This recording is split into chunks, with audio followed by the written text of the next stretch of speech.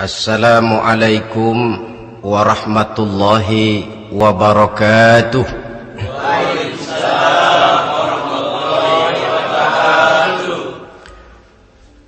Alhamdulillahi rabbil alamin. Wassalatu wassalamu ala ashrafil anbiya'i wal mursalin, Sayyidina wa maulana Muhammadin wa ala alihi wa ashabihil mujahidin at-tahirin, amma ba'd. Saudara hadirin kaum muslimin rahimakumullah. Sebagai yang kita maklum bahwa Islam bertujuan memelihara kemuliaan manusia yang diciptakan fi ahsani taqwim, dalam bentuk yang paling sempurna. Arak atau minuman keras jelas merupakan hal yang merusak dari berbagai aspek kehidupan, entah kesehatan tubuh, entah pertumbuhan akal, ketentraman rumah tangga, ketentraman masyarakat, bangsa dan negara. Cobalah sejenak kita adakan penyelidikan. Kalau masuk kita ke dalam penjara, melihat sel-sel di sana, berapa banyak yang mendekam di sel karena urusan minuman keras. Masuk kita ke rumah sakit, berapa banyak yang dirawat akibat minuman keras, akibat stres yang dialaminya. Berapa banyak rumah tangga berantakan, berapa banyak pembunuhan terjadi, pemerkosaan terjadi akibat daripada minuman keras ini. Yang paling ironi kalau dia sudah menyerang anak-anak muda kita. Padahal kita tahu remaja pemuda adalah bentuk miniatur daripada kehidupan suatu bangsa. Akan bagaimana warna Indonesia 20, 30, 40 tahun yang akan datang, remaja dan pemuda kita jawabannya. Bahkan dari segi agama pun, akan bagaimana warna Islam di Indonesia 20, 30 tahun yang akan datang, remaja itu pula jawabannya. Karena itu tidak terlalu berlebihan kalau saya berkata bahwa untuk menghancurkan Islam di Indonesia ini tidak perlu menghancurkan pondok pesantren, tidak perlu menutup masjid, melarang pengajian, menyegel musola, tidak perlu. Untuk menghancurkan Islam di Indonesia cukup dengan meracuni remaja, pemuda, pemudi Islam di Indonesia. Kalau mereka sudah diracuni, dijauhkan dari agamanya, masalahnya tinggal menunggu pergantian generasi. Maka yang jadi pilot proyek jelas remaja, pemuda, termasuk dengan menanamkan pengaruh minuman keras. Ditanamkan ke tengah remaja kita ini untuk jauh dari tuntunan agama. Hei pemuda-pemuda Islam, kalau kau mau jadi pemuda modern, jangan dekat-dekat ke masjid. Masjid khusus 60 tahun ke atas. Sepertinya di depan masjid itu ada papan pengumuman masjid khusus 60 tahun ke atas. Baca Quran kolot. Seiring dengan itu lalu modernisasi diartikan dengan westernisasi. Kau tidak akan bisa jadi pemuda modern sebelum semua yang datang dari barat kau telan mentah-mentah. Kau harus bisa bergaul seperti orang barat, berumah tangga macam orang barat, makan minum seperti orang barat. Kalau nyanyi lagu barat yang orang lain gak ngerti, kamu juga gak tahu.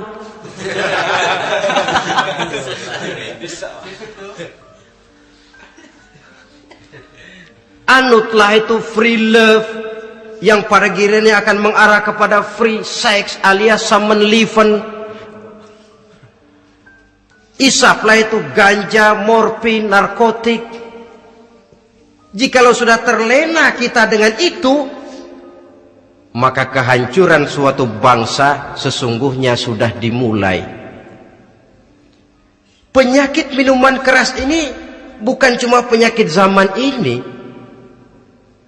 Masyarakat yang dihadapi oleh Rasulullah Sallallahu Alaihi Wasallam 14 abad yang lalu juga masyarakat yang kemaruk dengan minuman keras. Arab jahiliyah kalau sudah minum arak mabuk, tidak cuma minum, dia mandi pakai arak. Sistem pendidikan yang disampaikan Islam bijaksana. Mula-mula diberikan gambaran bahwa arak itu walaupun ada manfaatnya tapi ada bahayanya, dan bahayanya jauh lebih besar daripada manfaatnya. Tahap kedua diberikan pesan jangan mendekati solat dalam keadaan mabuk. Padahal solat 1 hari 1 malam 5 kali, artinya makin jauh saja dia dari arak itu. Pada saat kondisi iman sudah memungkinkan, barulah turun vonis bahwa arak itu najis, perbuatan setan, jauhi. Yang ironi yang saya katakan tadi, racun mereknya madu. Kadang-kadang kita dibuai dengan iklan yang tidak mendidik. Saya pernah lihat ada iklan misalnya, Anda ingin modern, majulah bersama minuman ini. Atau minuman ini lambang pergaulan dunia yang maju. Modern diukur dari minuman. Yang jadi korban akhirnya remaja dan pemuda-pemudi kita. Saya teringat satu analisa dari Rasulullah sallallahu alaihi wasallam. Beliau bersabda, "Inna min asyratis sa'ah." Sesungguhnya di antara tanda-tanda kiamat. Apa kiamat itu? Dalam arti yang umum, kiamat itu saat dimana alam ini hancur, bumi gempa, air laut tumpah ke darat, gunung meletus, planet-planet bertabrakan, lalu semua yang bernama hidup mati. Itu kiamat beneran. Saya nggak mau cerita kiamat beneran, sebab saya sendiri nggak kepengen ngalamin. Yang sering kita ngalami ini kiamat kecil-kecilan, kiamat mini. Apa kiamat mini itu? Hancurnya sendi-sendi kehidupan sosial. Maksiat merajalela, munkarat menjadi-jadi. Yang ma'ruf dianggap munkar, yang munkar malah menjadi ma'ruf. Yang salah disanjung-sanjung, yang benar dicaci maki. Tuntunan dianggap tontonan, tontonan malah jadi tuntunan. Kan kiamat kalau sudah begitu. Penjungkiran nilai. Kenapa hal semacam ini bisa terjadi? Penyebabnya kata Nabi, pertama ayyurfa'al ilmu. Ilmu diangkat oleh Allah. Bagaimana cara Allah mengangkat ilmu dan apa maksudnya itu? Allah mengangkat ilmu itu, saudara, caranya pertama dengan mewafatkan ulama. Makin banyak ulama wafat, makin banyak ilmu ditarik. Yang kedua, kurangnya minat orang untuk belajar agama. Kalau sudah klop macam itu, artinya agama sudah disudutkan ke pojok-pojok kehidupan. Agama cuma sekedar tinggal dekorasi. Agama cuma seminar, cuma kongres, cuma muktamar. Tapi bahwa agama merupakan realita dalam kehidupan, itu tidak pernah terwujud.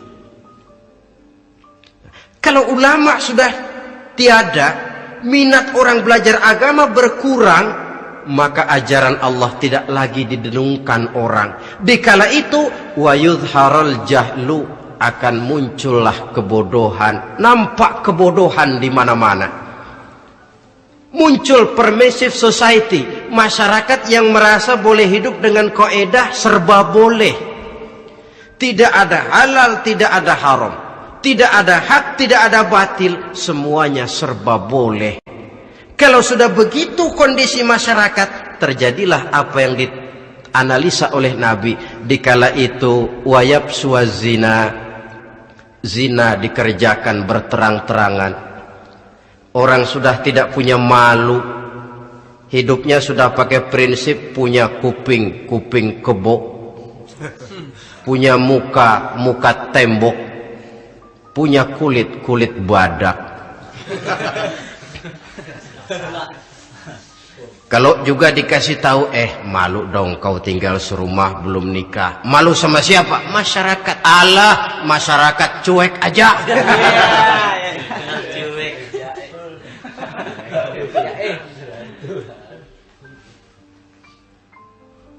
Bukankah realita kalau kita ikuti surat-surat kabar, berapa banyak sudah gadis-gadis bergelimpangan jadi korban, berapa banyak bayi-bayi yang lahir ke alam ini tanpa harus tahu kemana dia mesti manggil bapak, yang akhirnya mengalami keterakisan, dimasukkan ke dalam kantong plastik, dibuang ke tempat sampah. Kalau itu sudah terwujud, muncul efek negatif yang kedua, wa yushrabal khamr, arak, minuman keras jadi kebanggaan. Anak muda belum nyohor kalau belum bisa mabuk. Yang enggak mabuk dianggap kolot. Kampungan loh, bikin malu, baru kena segelas aja udah miring, cengeng. Temen kita no hebat, sampai nyungsep di got. Yang nyungsep hebat. Ya kalau cuma yang hancur kehidupan pribadi, tapi kalau sudah menyangkut masa depan, yang berarti masa depan suatu generasi adalah merupakan masa depan daripada suatu bangsa. Begitu kerasnya Islam ini melarang minuman keras, sampai bukan cuma sekedar meminumnya saja yang diharamkan, tetapi juga dilarang mengimportnya, memproduksinya, membuka warung yang menjual minuman keras, atau bekerja di tempat penjualan minuman keras. Ada juga yang nyerempet-nyerempet, Pak, kalau sedikit kan nggak apa-apa, nggak mabuk ini. Nah, saya ingatkan hadis Nabi diriwayatkan oleh Imam Ahmad, Abu Daud dan Turmuzi. Nabi bersabda, "Ma askara kathiruhu faqaliluhu haramun." Apa yang banyaknya menyebabkan mabuk, sedikitnya pun tetap haram hukumnya. Memang barangkali mungkin ada manfaatnya, tetapi bahayanya jelas lebih besar ketimbang manfaat yang bisa timbul daripada jenis minuman keras itu sendiri. Dalam hadis lain Nabi pesankan, "Man kana yu'minu billahi wal yawmil akhir fala yaq'udu ala ma'idatin taduru 'alaiha al-khamru." Siapa yang beriman kepada Allah dan beriman kepada hari akhirat, jangan dia duduk di dalam satu pertemuan yang di dalam pertemuan itu diedarkan minuman keras.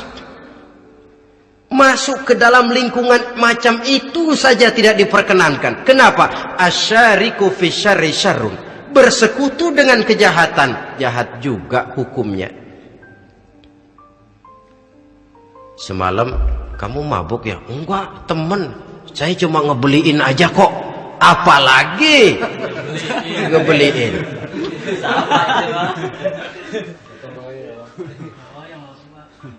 Sebab apa? Dalam keadaan mabuk, orang tidak lagi bisa berpikir secara logik. Daya kontrol hilang, artinya perbuatan sudah tidak terkontrol lagi. Yang pertama. Yang kedua, IQ tidak akan tumbuh dan berkembang secara normal seperti yang kita harapkan. Yang ketiga, harga diri akan runtuh, hancur di tengah masyarakat. Bayangkan kalau tengah malam kita digotong orang, diantar ke rumah kita. Dengan kondisi macam itu masih punya muka kita untuk tegak di tengah masyarakat. Masih punya harapan kita untuk tumbuh menjadi pemimpin, sementara orang terkenang, ini kan yang kemarin malam gua gotong, dia lagi mabuk. Harga diri, kepribadian. Jangan lupa saudara, kita hidup di tengah masyarakat. Masyarakat itu punya hukum yang tidak tertulis, tapi lebih kuat dan lebih kejam daripada hukum tertulis. Orang bilang, sekali arang tercoreng di dahi, seumur hidup orang akan tetap ingat. Makanya Rasulullah dalam hadis memberikan tamsil untuk adik-adik remaja muslim ini, masalul mu'min kamasalin nahli. Perumpamaan orang yang beriman itu persis seperti tawon. Mentalitas orang mukmin persis tawon. Apa mentalitas tawon? Kalau kita ngaji bab tawon, kita renungi apa keistimewaan tawon. Saya lihat-lihat, ternyata tawon itu punya 4 keistimewaan. Pertama, tawon itu yang dihisap selalu saripati bunga. Bagus makanannya. Belum pernah tawon keliru makan. Saya belum pernah dengar kok ada tawon makan tahu.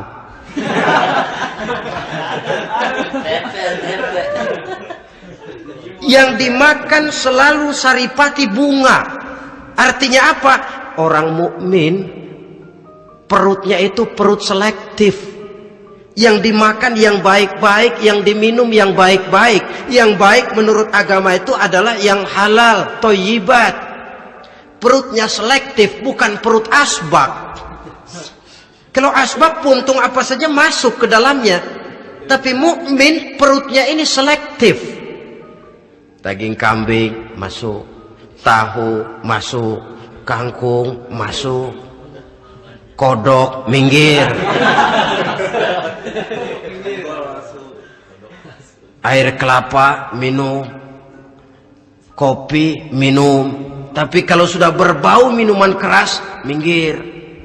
Sebab apa? Makanan dan minuman yang kita masukkan ke dalam perut besar ini akan digiling dalam perut besar, akan melahirkan energi, menggerakkan sel-sel pembuluh saraf. Kalau makanan dan minuman itu terdiri dari yang haram, energi yang ditimbulkan olehnya energi yang haram, mempengaruhi sel-sel pembuluh saraf. Orang akan cenderung berpikir yang haram kalau terlalu sering memakan makanan haram. Kalau sudah berpikir kepada yang haram, perbuatan pun akan mengarah kepada yang haram juga. Contoh kecil aja dah, ada nggak maling mikirin majelis taklim? Karena yang dimakan lebih banyak yang haram, yang dipikir paling-paling nanti malam rumah siapa lagi nih ya? Sudah mengarah ke sana.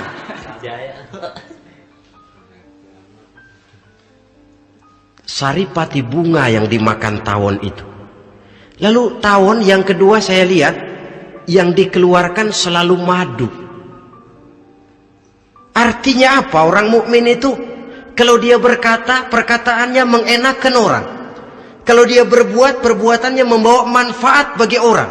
Kalau kakinya melangkah tentu ke tempat yang ada gunanya. Yang dikeluarkan madu, bukan racun. Indah tawon itu. Yang ketiga tawon saya lihat, kemanapun dia hinggap tidak ada dahan patah. Artinya apa? Orang mukmin dimanapun dia tinggal, kemanapun dia pergi, pantang jadi biang kerok buat lingkungannya. Pantang menimbulkan kerusuhan dan keonaran. Tidak ada cabang patah dimanapun tawon hinggap. Tapi juga yang keempat, saya lihat-lihat tawon itu jangan coba-coba diusik.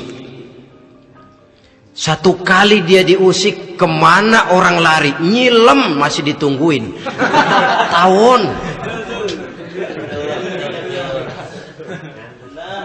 Tapi kalau nggak diusik, nggak ada tawon usil ke pasar nyariin orang. Ketika dia diusik, inilah saatnya saya harus mempertahankan kehormatan diri saya. Dia pun bangkit. Artinya apa? Orang mukmin tidak boleh nyari-nyari musuh. Tapi ketemu musuh tidak boleh lari. Musuh jangan dicari, bertemu pun jangan lari. Mentalitas orang mukmin seperti tawon, yang dimakan baik, yang dikeluarkan baik, kemana dia tinggal tidak menimbulkan keonaran buat masyarakat, tapi juga sanggup menjaga dan mempertahankan kehormatan dirinya. Kalau konteksnya dengan masalah yang sedang kita bicarakan, minuman keras, saya katakan tadi, kita kadang-kadang salah pilih, tertipu oleh racun yang bermerek madu. Ada minuman empuk, nyari yang keras. Salah pilih. Ketahuan orang bikin pel buat anjing, manusia yang nelen. Akhirnya miring kayak anjing. Saudara, mari kita renungi An-Nisa ayat 140. Allah Subhanahu wa taala mengingatkan, "Qad nazzala 'alaikum fil kitabi an idza sami'tum ayati Allahi yukfaru biha wa yustahza'u biha fala taq'udu ma'ahum hatta yakhudu fi haditsin ghairihi innakum idzam misluhum." Sungguh kata Allah, telah diturunkan kitab Al-Quran ini kepada kamu, yang apabila kamu dengar ayat-ayat Allah itu diingkari orang, diejek-ejek orang, fala taq'udu ma'ahum, jangan kamu duduk bersama orang-orang semacam itu. Bagaimana mengejek ayat-ayat Allah? Misalnya, tahu kalau minuman keras itu diharamkan, tapi masih minum juga, itu kan mengejek ayat namanya. Duduk di majelis semacam itu dilarang oleh Quran. Kenapa? Innakum izam misluhum. Kalau kamu juga duduk di majelis semacam itu, kau dan mereka sama saja, kata Quran. Sama saja. Tahu kalau minuman yang memabukkan itu diharamkan agama, tapi diminumnya juga mengejek ayat Allah. Duduk di tengah kelompok mereka berarti ikut mengejek ayat Allah. Dekat saja pun jangan, entahlah lagi sampai meminumnya. Maaf, bukankah Allah menurunkan Al-Quran kepada manusia, kata Imam Al-Ghazali, persis, maaflah, seperti gubernur berkirim surat kepada Pak Lurah. Dalam suratnya Pak Gubernur bilang, Pak Lurah, tolong carikan tanah di daerah Kebayoran untuk sekolah 6.000 meter. Pak Lurah dapat surat dari Pak Gubernur, bangga bukan main. Itu surat sore, pagi, siang, malam dibaca. Ditaruh di tempat yang tinggi. Diberikan minyak wangi, mau diambil dicium dulu. Dibawa dengan penuh hormat dan hati-hati. Tapi tanah yang dipesan Pak Gubernur tidak dicari-cariin. Penghargaan macam apa ini? Nanti gubernur cek, Pak Lurah, siapa? Sudah terima surat saya? Sudah Pak, sudah. Bagus. Lalu bagaimana? Aduh Pak, surat Bapak sore, pagi, siang, malam saya baca. Bagus. Apalagi Lurah? Surat Bapak saya taruh di tempat yang tinggi Pak. Saya pakaiin minyak wangi. Mau saya ambil, saya cium dulu. Saya bawa dengan penuh hormat dan hati-hati. Bagus Lurah, kau memang hormat sama atasan. Cuman Lurah, tanahnya udah dicariin belum? Nah yang itu belum tuh Pak. Belum. Kata gubernur, bagus Lurah, besok berhenti lo ya.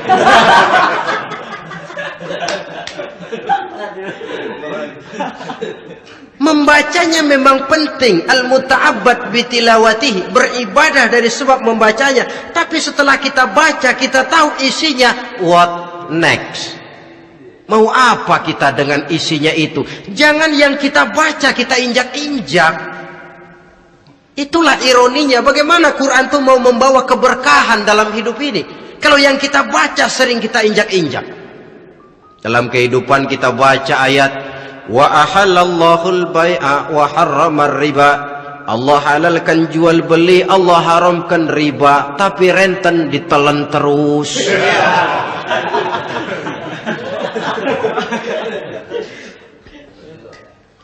Kita baca ayat, wa'tasimu bihablillahi jami'an wa la tafarraqu. Berpegang teguhlah kamu kepada tali Allah, jangan bercerai-berai. Tapi sesama muslim pelotot-pelototan jalan terus. Janganlah yang sesama muslim kadang-kadang yang mengklaim dirinya sebagai pemimpin Islam kelihatannya juga sikut-sikutan jalan terus.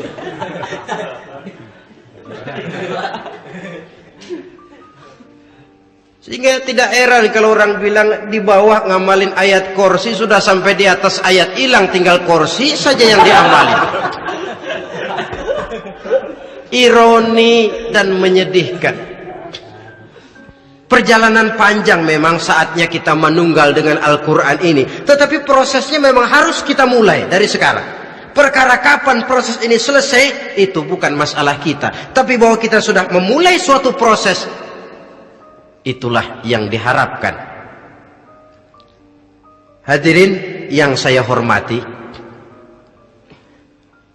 oleh karena kerasnya peringatan Islam terhadap minuman keras, pernah satu hari seorang lapor kepada Khalifah Umar bin Abdul Aziz bahwa ada sekelompok orang berkumpul meminum minuman keras. Kata Khalifah Umar bin Abdul Aziz, dera mereka, hukum, cepat. Ya Khalifah, kenapa? Di tengah mereka ada juga orang yang Ramadan biasa puasa. Begitu, iya, yang biasa puasa duluan hukum. Kenapa? Mengerti memang lebih besar resikonya daripada tidak mengerti. Kalau yang tidak mengerti dilatar belakangi oleh kebodohan, barangkali masih bisa ditolerir, masih bisa dimaklumi. Ini toh sudah tahu mau puasa, kenapa berkumpul di majelis yang ada minuman keras? Tapi memang kelompok ini kan memang selalu ada. Kita lihat dalam masyarakat itu kan ada 4 kelas itu. Pertama, ada orang yang tahu perintah dan tahu larangan. Ini the first class, kelompok terbaik. Perintah tahu, dia kerjakan. Larangan tahu, dia jauhi. Ini orang terbaik. Yang kedua, ada orang tahu perintah tapi tidak tahu larangan. Perintah tahu, larangan tidak tahu. Sholat mau, puasa mau, zakat fitrah bayar, nyolong mau, mabuk ayo. Perintah tahu tapi larangan tidak tahu, akhirnya semua dikerjain. Barangkali yang rada bingung malaikat bagaimana nyatatnya ini, kotor absen. Gelas yang ada di hadapan saya ini, kalau semua diisi air putih macam ini, kan jelas bisa diminum orang. Kalau semua diisi bensin, jelas bisa diminum motor. Tapi kalau separuh diisi air putih, separuh diisi bensin, kacau. Kalau gelas yang ada di hadapan saya ini sepenuhnya diisi air putih, jelas bisa diminum orang. Kalau sepenuhnya diisi bensin, juga jelas bisa diminum motor. Yang repot kalau separuh diisi air putih, separuh diisi bensin. Kacau statusnya. Orang minum mabuk, motor minum pun mogok. Dijual juga tidak laku barang campuran. Inilah makna pernyataan Allah, wala talbisul haqqa bil batil. Jangan kamu campur adukan antara yang hak dan yang batil. Perintah dikerjakan, larangan pun dikerjakan juga. Kelompok ketiga, ada pula manusia yang tahu larangan tapi tidak tahu perintah. Larangan tahu tapi perintah tidak tahu.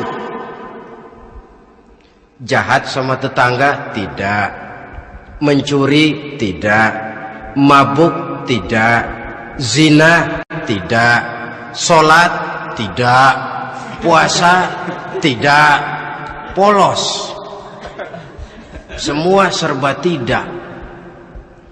Dan yang terakhir, kelompok keempat, perintah tidak tahu, larangan pun tidak tahu. Ini masuk kelompok makhluk gratis.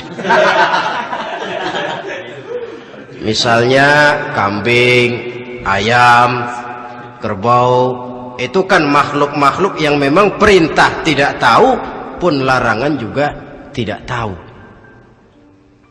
Nah, dalam hubungannya dengan ini, saya mengajak, marilah kita berusaha sekuat mungkin menjauhkan diri dari minuman keras yang jelas bahayanya dengan hidup tidak jauh dari bimbingan agama. Hadirin kaum muslimin rahimakumullah.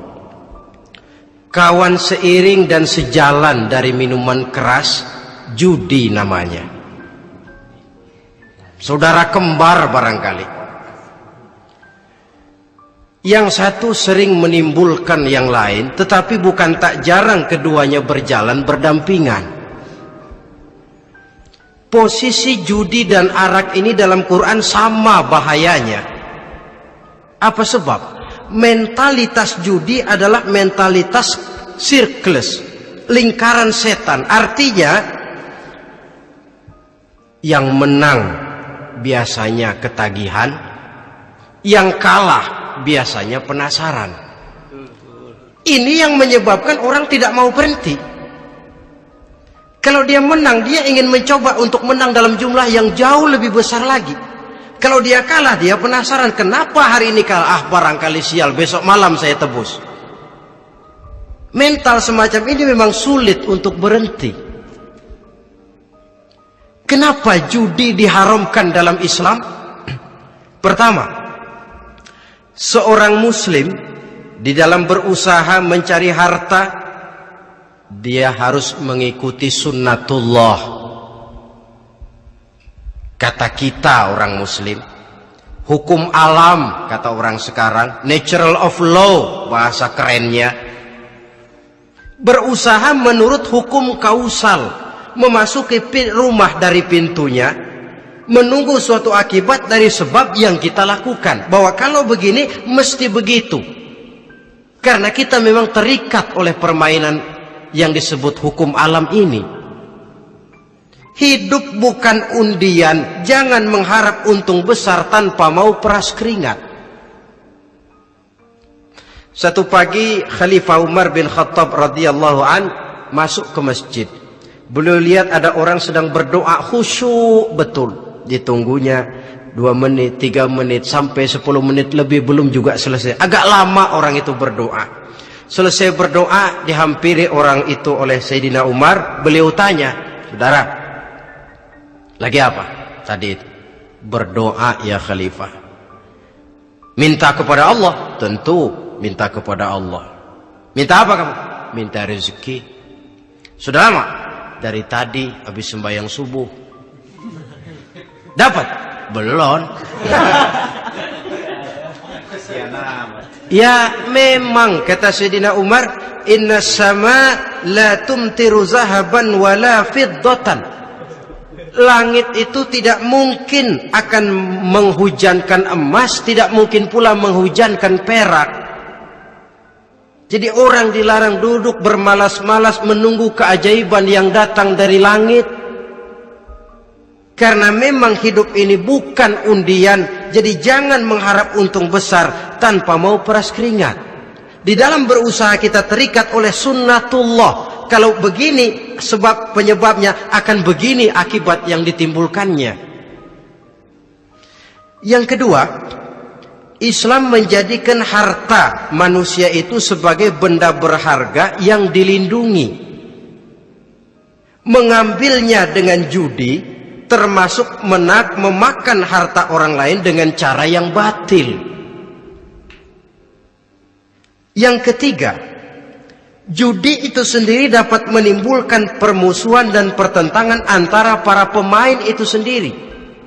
Meskipun kelihatannya kompak duduk dalam satu meja yang saling berhadap-hadapan, yang kalah kelihatannya pasrah, tetapi kan itu cuma kulit permukaan. Batinnya bagaimanapun juga yang kalah itu tetap mendendam. Sedangkan yang kalah di samping mendendam juga mengomel, mencaci mungkin ya lawan bermainnya, ya mungkin juga dirinya sendiri. Dan yang keempat, judi itu merusak aktivitas hidup, membuat orang membuang waktu dengan tidak terasa, dan yang pada gilirannya melupakan orang kepada tanggung jawab. Wah, kalau sudah memegang kartu, konon kabarnya, saya sendiri alhamdulillah belum pernah, lupalah orang anak, lupalah orang kepada istri, lupalah orang kepada tanggung jawab. Waktu pun berlalu tanpa terasa. Apalagi kalau sudah diiming-iming oleh gambaran akan memperoleh keuntungan yang besar. Termasuk di dalam judi itu undian, apapun namanya. Yang usaha ke arah ini seharusnya tidak dipermudah, walaupun dengan embel-embel dana kemanusiaan, sumbangan sosial. Saya tidak begitu yakin, saudara, bahwa bangsa Indonesia ini sudah begitu menipis rasa kemanusiaannya sehingga untuk berlaku sosial mesti diimbangi dengan hadiah sekian juta rupiah. Saya tidak percaya bahwa umat Islam di Indonesia sudah begitu tipis rasa kasih sayangnya kepada sesama sehingga sulit mengeluarkan bantuan kalau tidak diimbangi dengan hadiah yang sekian puluh juta rupiah. Yang saya khawatir apa? Pada gilirannya di negeri ini akan makin banyak penghayal-penghayal kelas berat, tukang-tukang lamun kelas tinggi, yang hidup cuma ngumpulin jikalau. Jikalau, andai kata, umpama misalnya, orang sudah kemana-mana kita masih menghitung jikalau.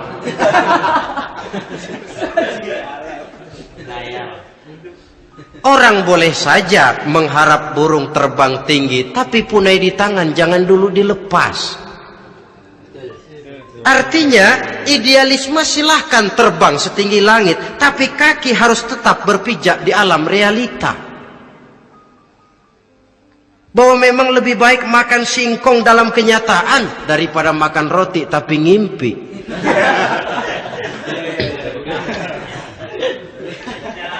Kadang anaknya menangis, Pak minta jajan, ada uang 200 rupiah. Sudahlah sabar, kau jangan jajan, nanti bapak beliin kalau tembus 100 juta nih. Akhirnya yang 100 juta tidak, anak pun kelaparan. Bukankah akan jadi masalah bagi semuanya? Belum lagi rasa sayang kepada harta yang sudah dia miliki, entah itu tanah, rumah, kendaraan. Kalau sudah kadangkala di meja judi, hilang rasa sayang kepada benda itu. Ada rumah-rumahnya dilelang, ada kendaraan-kendaraan jadi taruhan, ada jam tangan pun copot tanpa terasa. Maka berapa banyak rumah tangga berantakan, istri minta cerai, orang jadi nekat merampok, orang jadi nekat mencuri, korupsi kalau dia pejabat. Akibat apa ini? Pengaruh yang namanya judi.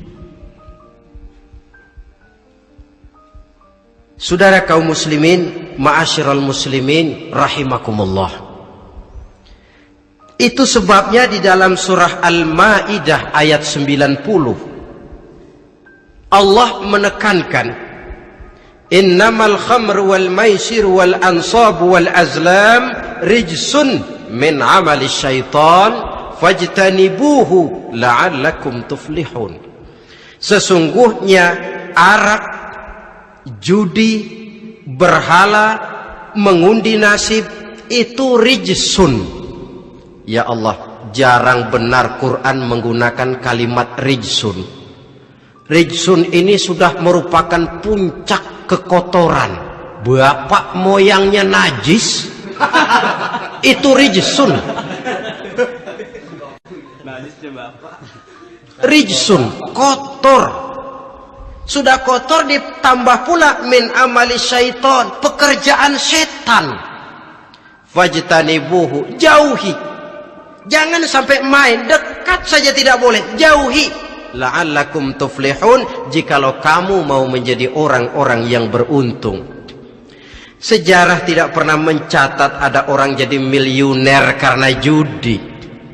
Sejak David Rockefeller sampai Aristotle Onassis, orang-orang kaya top di dunia, mereka kaya bukan karena judi, tapi karena kemauan peras keringat, banting tulang, mau memulai sesuatu dari kenyataan yang real di depan mata. Sebab apa? Hidup ini memang perjuangan. Janganlah kita ingin hidup dengan satu prestasi, ingin tetap hidup seperti apa adanya sekarang ini saja, toh kita harus berjuang. Apalagi ingin hidup lebih baik, lebih terhormat, lebih mudah. Hidup perjuangan. Perjuangan berarti pengorbanan. Berani hidup artinya berani berjuang. Berani berjuang maksudnya rela berkorban. Takut berkorban, jangan berjuang. Tidak mau berjuang, berhenti hidup. Itu logika. Dan bagaimanapun saya yakin lebih baik berkorban daripada menjadi korban. Kalau sekarang kita berkorban, peras keringat, banting tulang, berusaha secara sunnatullah untuk menghidupi anak, istri, keluarga, pada satu saat kita tidak akan menjadi korban kebrutalan anak-anak kita sendiri kalau mereka dibesarkan dan tumbuh berkembang oleh hasil yang diperoleh dari meja judi. Ayat 91 Al-Maidah ini lebih memperkuat lagi. Kalau itu arak, judi, berhala, mengundi nasib adalah perbuatan setan, sebenarnya setan mau apa sih? Ayat 91 menegaskan, innama yuridu syaitanu ayyuqi'a bainakumul adawata wal baghdha'a fil khamri wal maisir.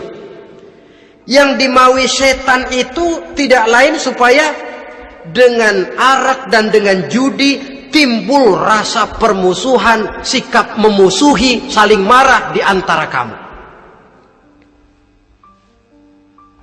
Coba, biasanya dalam meja judi sudah loyo, waktu juga sudah berlarut-larut. Yang menang mau berhenti, apa yang kata yang kalah? Berhenti dah, gue wacok loh. Enak bener, gue lagi kalah, lo berhenti. Coba, kira-kira kapan akan selesai permainan? Akan timbul permusuhan, akan timbul rasa dendam kesumat yang ditanamkan oleh setan.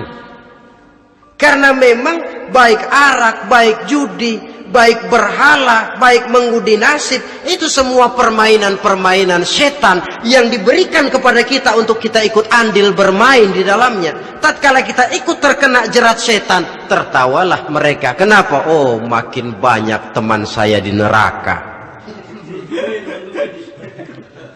Maaf, setan itu kan sudah tahu vonisnya. Ketika dulu dedengkotnya yang namanya iblis terusir dari surga, itu bikin semacam perjanjian dengan Allah. Tuhan, kenapa iblis?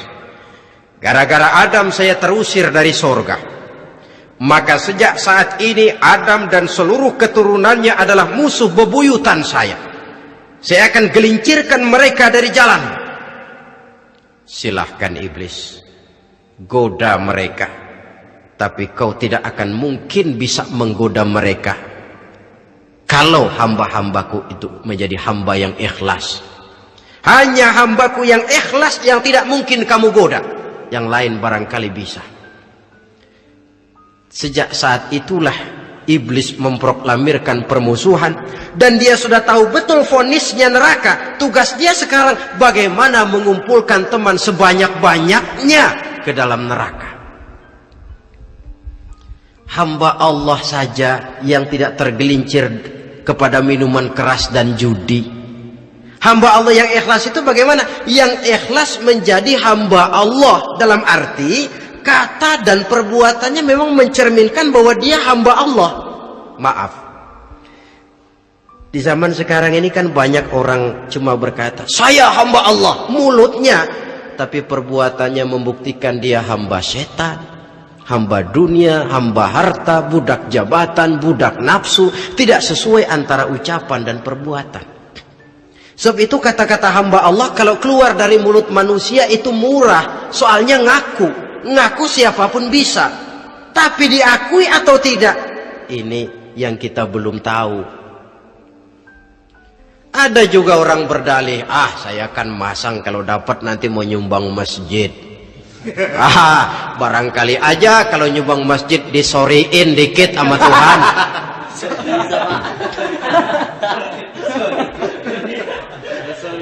Apa bisa begitu? Saudara, kita tidak mungkin mencuci kain dengan air najis. Innallaha thayyibun, kata Nabi, la yaqbalu illa thayyiba. Allah itu baik dan hanya menerima yang baik. Bahwa dalam Islam tujuan yang baik harus dicapai dengan prosedur yang baik. Bahwa niat menyumbang masjid bagus, tapi hasil daripada judi atau undian tidak akan menyampaikan kita kepada tujuan itu. Tidak boleh mencuri kain walaupun niatnya untuk sholat. Kalau nyolong kain niatnya buat sembayang, dimaafin kali. Walaupun sholatnya sah, mencuri kainnya tetap saja dosa. Islam tidak menghalalkan segala cara untuk mencapai suatu tujuan.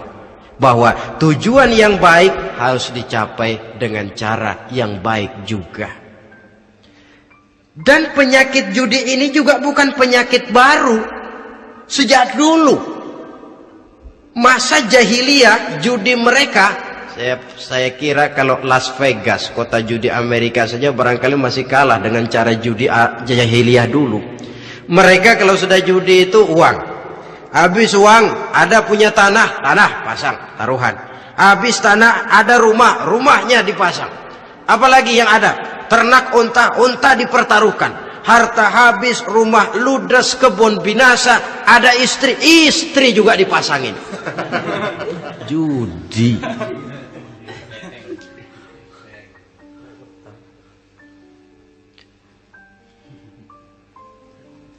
Kita sebagai muslim, oleh Al-Quran dijelaskan orang yang mempunyai dua tujuan hidup. Pertama, tujuan jangka pendek. Yang kedua, tujuan jangka panjang. Tujuan jangka pendek, dunia dan seluruh isinya. Tujuan jangka panjang adalah akhirat dan ridho Allah. Ini yang terpantul dalam doa setiap kita. Rabbana atina fid dunya hasanah wa fil akhirati hasanah. Tercapai tujuan jangka pendek fid dunya hasanah, dan tujuan jangka panjang wa fil akhirati hasanah. Untuk mencapai tujuan jangka pendek, merangkul dunia dan seluruh isinya, apa yang jadi modal utama? Pertama, pendidikan. Makin tinggi jenjang karier pendidikan yang kita tempuh, rasa-rasanya makin mudah menjangkau dunia dan isinya.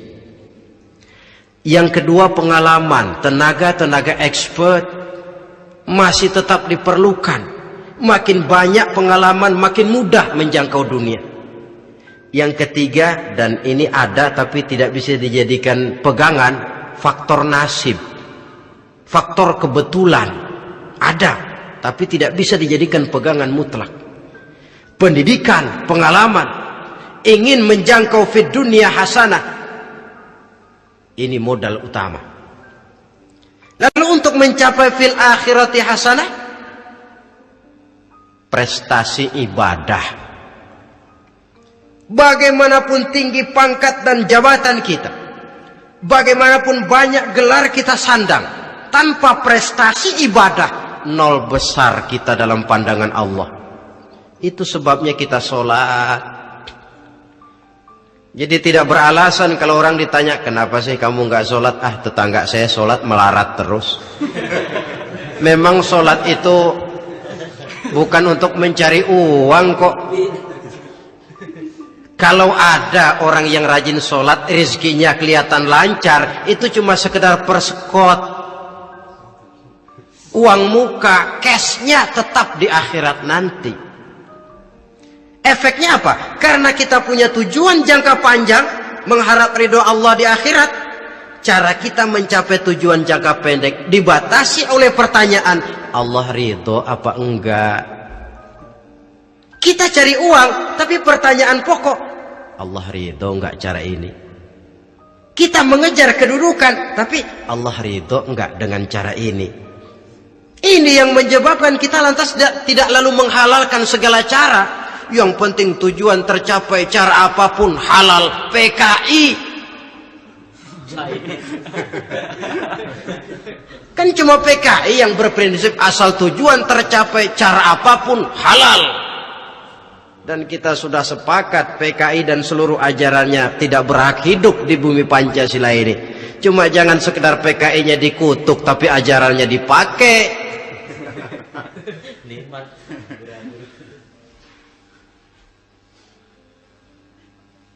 Nah, untuk mencapai dua tujuan ini, Islam mengajarkan sistem keseimbangan. Sehingga Nabi sabdakan, "I'mal lidunyaka ka'annaka ta'ishu abada, wa'mal li akhiratika ka'annaka tamutu ghada." Bekerjalah buat duniamu seolah-olah kau akan hidup untuk selamanya, tetapi bekerjalah untuk akhiratmu seolah-olah kau akan mati besok.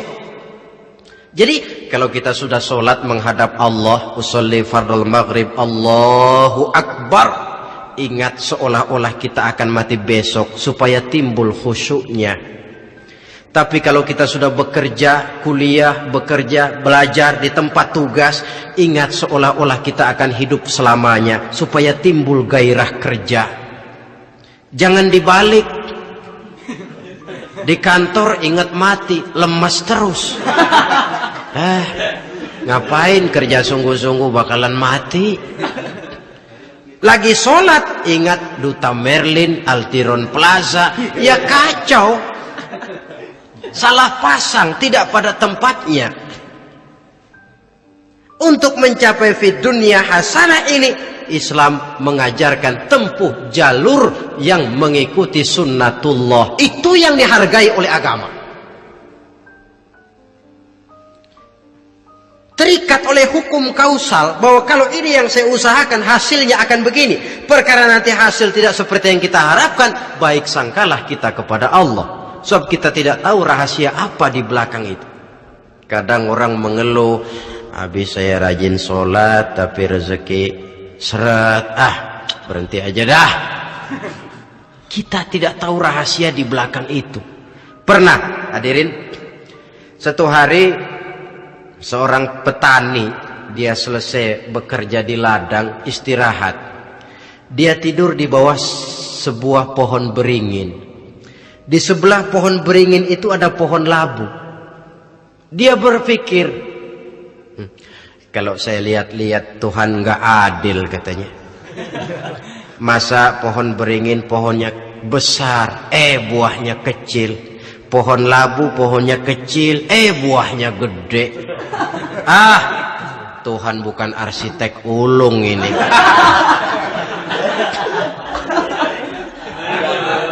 Mestinya supaya enak dilihat, beringin yang pohonnya besar buahnya sebesar buah labu.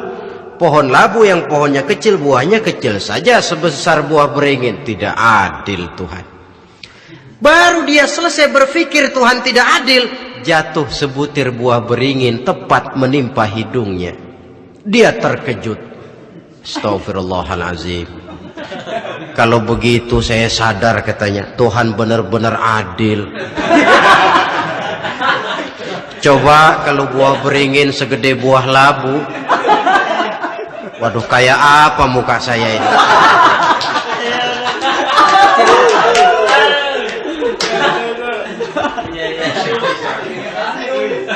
Baru terbuka pandangan matanya setelah berhadapan dengan kenyataan. Baru keluar respek. Allah benar-benar adil. Padahal semenit yang lalu dia masih berkata, Tuhan bukan arsitek ulung.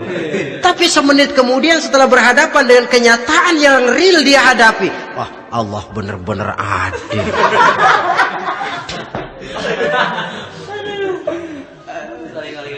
Itulah kehidupan ini.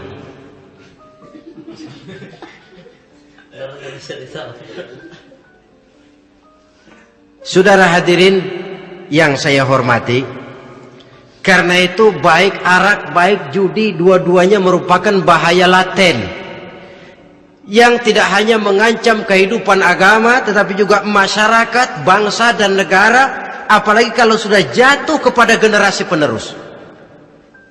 Dan yang bagaimanapun juga saya berpikir sebenarnya remaja, pemuda, pemudi kita cuma korban dari suatu sistem. Sebab ini merupakan tanggung jawab bersama. Ulama mubalik macam saya paling wewenangnya cuma ngomong.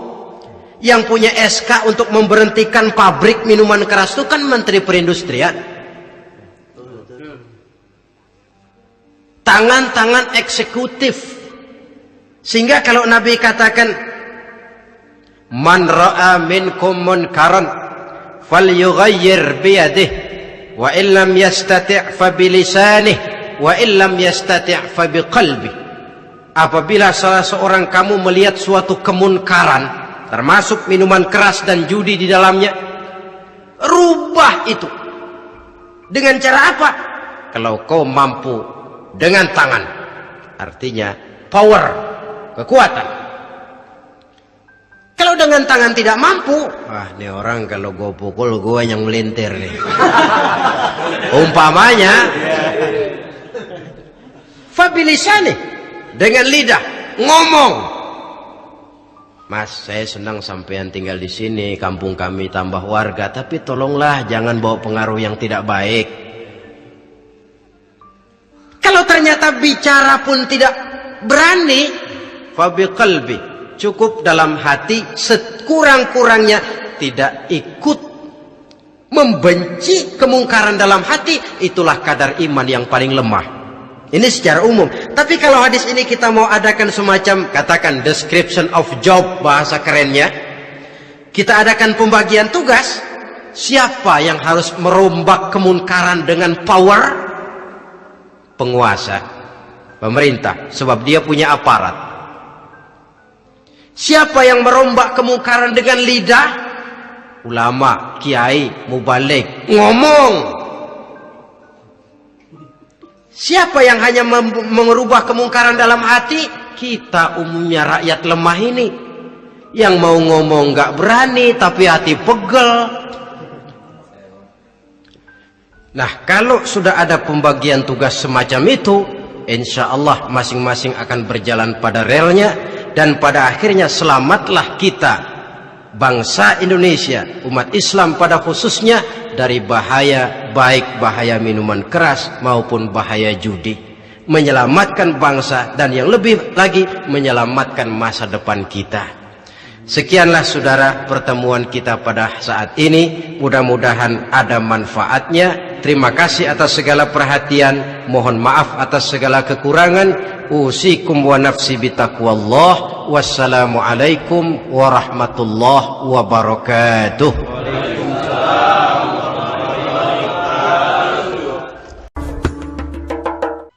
Assalamualaikum warahmatullahi wabarakatuh. Waalaikumsalam warahmatullahi wabarakatuh. Alhamdulillahi rabbil alamin. Wassalatu wassalamu ala ashrafil anbiya'i wal mursalin, Sayyidina wa maulana Muhammadin wa ala alihi wa ashabihil mujahidin at-tahirin, amma ba'd. Saudara hadirin kaum muslimin rahimakumullah. Sebagai yang kita maklum bahwa Islam bertujuan memelihara kemuliaan manusia yang diciptakan fi ahsani taqwim, dalam bentuk yang paling sempurna. Arak atau minuman keras jelas merupakan hal yang merusak dari berbagai aspek kehidupan. Entah kesehatan tubuh, entah pertumbuhan akal, ketentraman rumah tangga, ketentraman masyarakat, bangsa dan negara. Cobalah sejenak kita adakan penyelidikan. Kalau masuk kita ke dalam penjara, melihat sel-sel di sana, berapa banyak yang mendekam di sel karena urusan minuman keras. Masuk kita ke rumah sakit, berapa banyak yang dirawat akibat minuman keras, akibat stres yang dialaminya. Berapa banyak rumah tangga berantakan, Berapa banyak pembunuhan terjadi, pemerkosaan terjadi akibat daripada minuman keras ini. Yang paling ironi kalau dia sudah menyerang anak-anak muda kita. Padahal kita tahu remaja pemuda adalah bentuk miniatur daripada kehidupan suatu bangsa. Akan bagaimana warna Indonesia 20, 30, 40 tahun yang akan datang, remaja dan pemuda kita jawabannya. Bahkan dari segi agama pun akan bagaimana warna Islam di Indonesia 20, 30 tahun yang akan datang, remaja itu pula jawabannya. Karena itu tidak terlalu berlebihan kalau saya berkata bahwa untuk menghancurkan Islam di Indonesia ini tidak perlu menghancurkan pondok pesantren, tidak perlu menutup masjid, melarang pengajian, menyegel musola, tidak perlu. Untuk menghancurkan Islam di Indonesia cukup dengan meracuni remaja, pemuda, pemudi Islam di Indonesia. Kalau mereka sudah diracuni, dijauhkan dari agamanya, masalahnya tinggal menunggu pergantian generasi. Maka yang jadi pilot proyek jelas remaja, pemuda, termasuk dengan menanamkan pengaruh minuman keras. Ditanamkan ke tengah remaja kita ini untuk jauh dari tuntunan agama. Hei pemuda-pemuda Islam, kalau kau mau jadi pemuda modern, jangan dekat-dekat ke masjid. Masjid khusus 60 tahun ke atas. Sepertinya di depan masjid itu ada papan pengumuman masjid khusus 60 tahun ke atas. Baca Quran kolot. Seiring dengan itu lalu modernisasi diartikan dengan westernisasi. Kau tidak akan bisa jadi pemuda modern sebelum semua yang datang dari barat kau telan mentah-mentah. Kau harus bisa bergaul seperti orang barat, berumah tangga macam orang barat, makan minum seperti orang barat. Kalau nyanyi lagu barat yang orang lain gak ngerti, kamu juga gak tahu.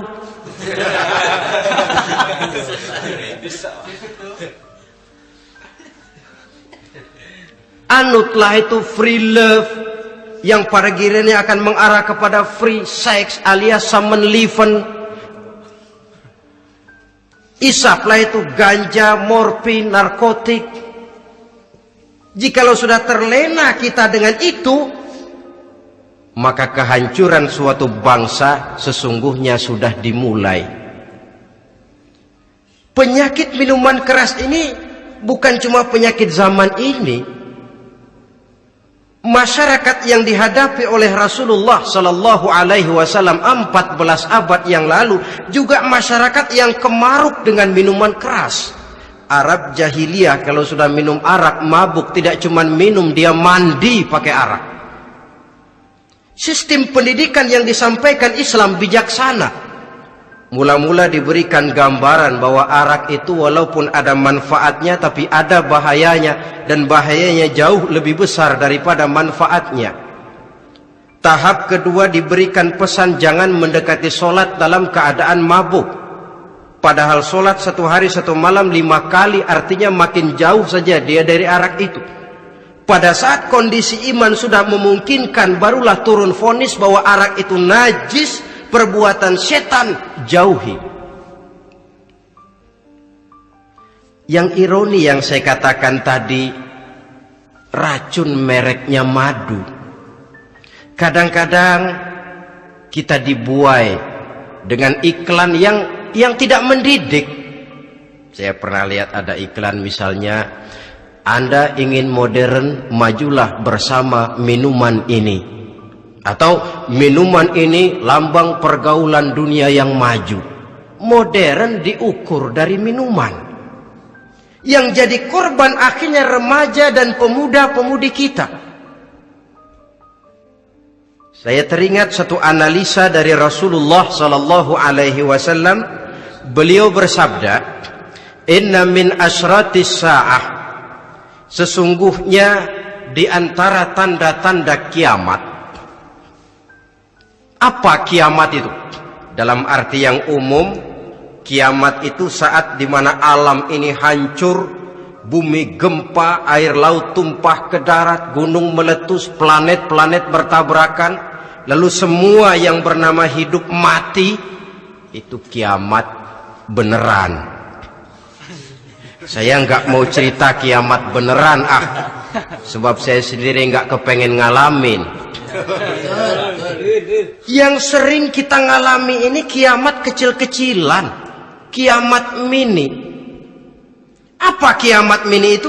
Hancurnya sendi-sendi kehidupan sosial. Maksiat merajalela, munkarat menjadi-jadi. Yang ma'ruf dianggap munkar, yang munkar malah menjadi ma'ruf. Yang salah disanjung-sanjung, yang benar dicaci maki. Tuntunan dianggap tontonan, tontonan malah jadi tuntunan. Kan kiamat kalau sudah begitu.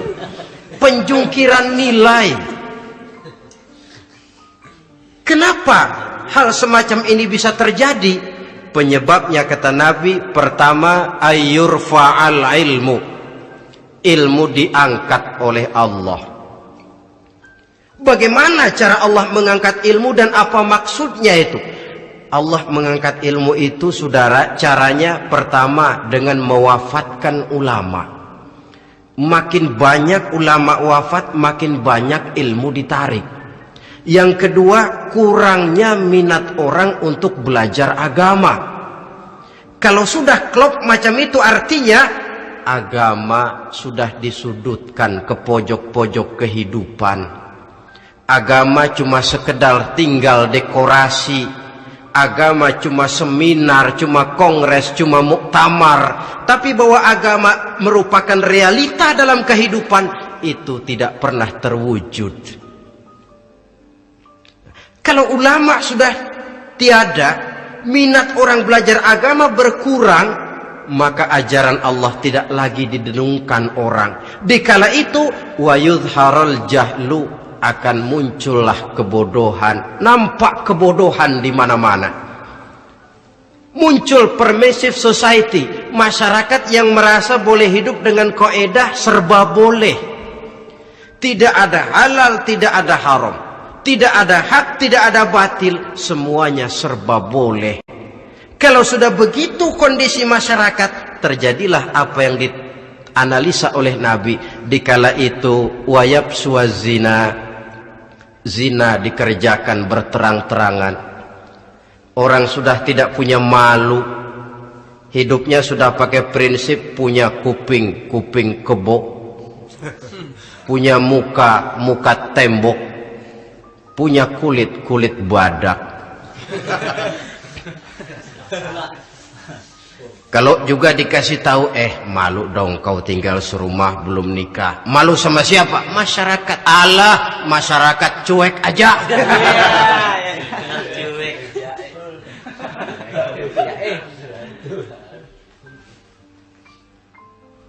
Bukankah realita kalau kita ikuti surat-surat kabar, berapa banyak sudah gadis-gadis bergelimpangan jadi korban? Berapa banyak bayi-bayi yang lahir ke alam ini tanpa harus tahu kemana dia mesti manggil bapak, yang akhirnya mengalami keterakisan, dimasukkan ke dalam kantong plastik, dibuang ke tempat sampah. Kalau itu sudah terwujud, muncul efek negatif yang kedua, wa yushrabal khamr, arak, minuman keras jadi kebanggaan. Anak muda belum nyohor kalau belum bisa mabuk. Yang nggak mabuk dianggap kolot, kampungan loh. Bikin malu baru kena segelas aja udah miring, cengeng. Temen kita hebat, sampai nyungsep di got. Yang nyungsep hebat. Ya, kalau cuma yang hancur kehidupan pribadi. Tapi kalau sudah menyangkut masa depan, yang berarti masa depan suatu generasi adalah merupakan masa depan daripada suatu bangsa. Begitu kerasnya Islam ini melarang minuman keras, sampai bukan cuma sekedar meminumnya saja yang diharamkan, tetapi juga dilarang mengimportnya, memproduksinya, membuka warung yang menjual minuman keras, atau bekerja di tempat penjualan minuman keras. Ada juga yang nyerempet-nyerempet, Pak, kalau sedikit kan nggak apa-apa, nggak mabuk ini. Nah, saya ingatkan hadis Nabi diriwayatkan oleh Imam Ahmad, Abu Daud dan Turmuzi. Nabi bersabda, "Ma askara kathiruhu faqaliluhu haramun." Apa yang banyaknya menyebabkan mabuk, sedikitnya pun tetap haram hukumnya. Memang barangkali mungkin ada manfaatnya, tetapi bahayanya jelas lebih besar ketimbang manfaat yang bisa timbul daripada jenis minuman keras itu sendiri. Dalam hadis lain Nabi pesankan, "Man kana yu'minu billahi wal yawmil akhir fala yaq'udu ala ma'idatin taduru 'alaiha al-khamru." Siapa yang beriman kepada Allah dan beriman kepada hari akhirat, jangan dia duduk di dalam satu pertemuan yang di dalam pertemuan itu diedarkan minuman keras. Masuk ke dalam lingkungan macam itu saja tidak diperkenankan. Kenapa? Asyariku fi syarri syarrun. Bersekutu dengan kejahatan, jahat juga hukumnya. Semalam kamu mabuk ya? Enggak, temen. Saya cuma ngebeliin aja kok. Apalagi ngebeliin.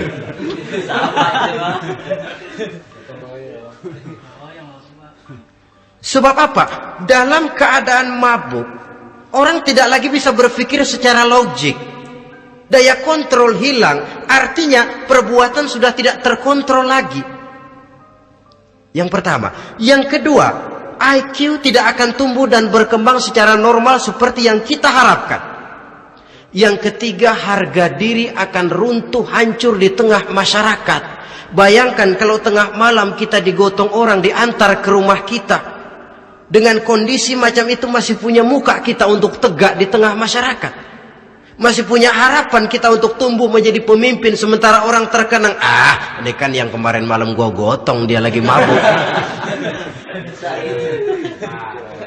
Harga diri, kepribadian. Jangan lupa saudara, kita hidup di tengah masyarakat. Masyarakat itu punya hukum yang tidak tertulis, tapi lebih kuat dan lebih kejam daripada hukum tertulis. Orang bilang, sekali arang tercoreng di dahi, seumur hidup orang akan tetap ingat. Makanya Rasulullah dalam hadis memberikan tamsil untuk adik-adik remaja muslim ini, masalul mu'min kamasalin nahli. Perumpamaan orang yang beriman itu persis seperti tawon. Mentalitas orang mukmin persis tawon. Apa mentalitas tawon? Kalau kita ngaji bab tawon, kita renungi apa keistimewaan tawon. Saya lihat-lihat, ternyata tawon itu punya 4 keistimewaan. Pertama, tawon itu yang dihisap selalu saripati bunga. Bagus makanannya. Belum pernah tawon keliru makan. Saya belum pernah dengar kok ada tawon makan tahu.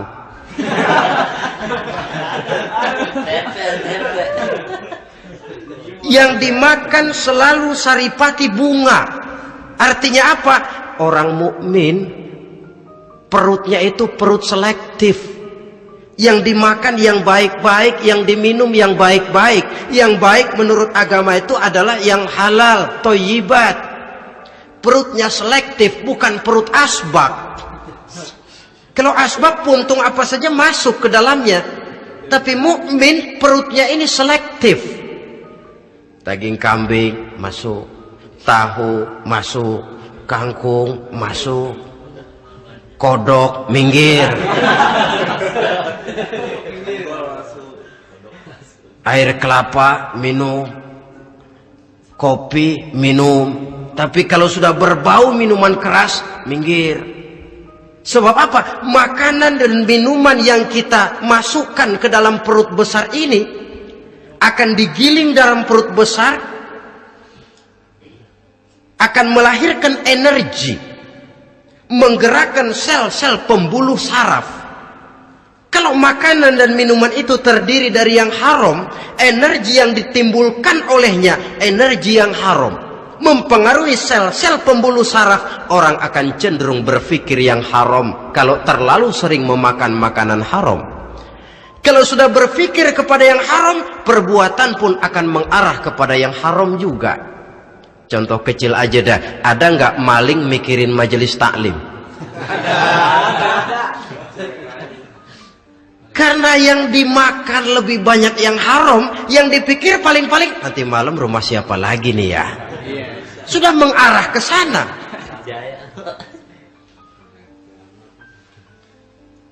Saripati bunga yang dimakan tawon itu. Lalu tawon yang kedua saya lihat yang dikeluarkan selalu madu. Artinya apa? Orang mukmin itu kalau dia berkata, perkataannya mengenakan orang. Kalau dia berbuat, perbuatannya membawa manfaat bagi orang. Kalau kakinya melangkah, tentu ke tempat yang ada gunanya. Yang dikeluarkan madu, bukan racun. Indah tawon itu. Yang ketiga, tawon saya lihat, kemanapun dia hinggap, tidak ada dahan patah.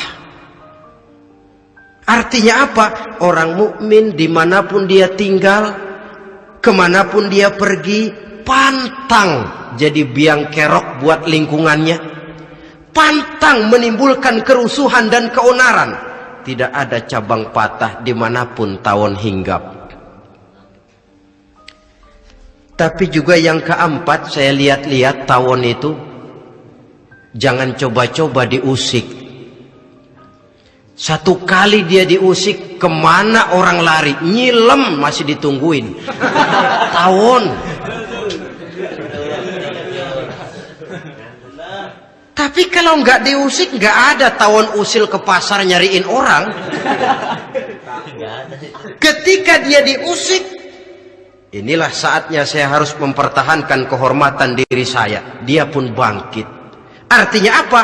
Orang mukmin tidak boleh nyari-nyari musuh, tapi ketemu musuh tidak boleh lari. Musuh jangan dicari, bertemu pun jangan lari. Mentalitas orang mukmin seperti tawon, yang dimakan baik, yang dikeluarkan baik, kemana dia tinggal tidak menimbulkan keonaran buat masyarakat, tapi juga sanggup menjaga dan mempertahankan kehormatan dirinya. Kalau konteksnya dengan masalah yang sedang kita bicarakan, minuman keras, saya katakan tadi, kita kadang-kadang salah pilih, tertipu oleh racun yang bermerek madu. Ada minuman empuk, nyari yang keras, salah pilih. Ketahuan orang bikin pel buat anjing, manusia yang nelen. Akhirnya miring kayak anjing. Saudara, mari kita renungi An-Nisa ayat 140. Allah Subhanahu wa taala mengingatkan, "Qad nazzala 'alaikum fil kitabi an idza sami'tum ayati Allahi yukfaru biha wa yustahza'u biha fala taq'udu ma'ahum hatta yakhudu fi haditsin ghairihi innakum idzam misluhum." Sungguh kata Allah, telah diturunkan kitab Al-Quran ini kepada kamu,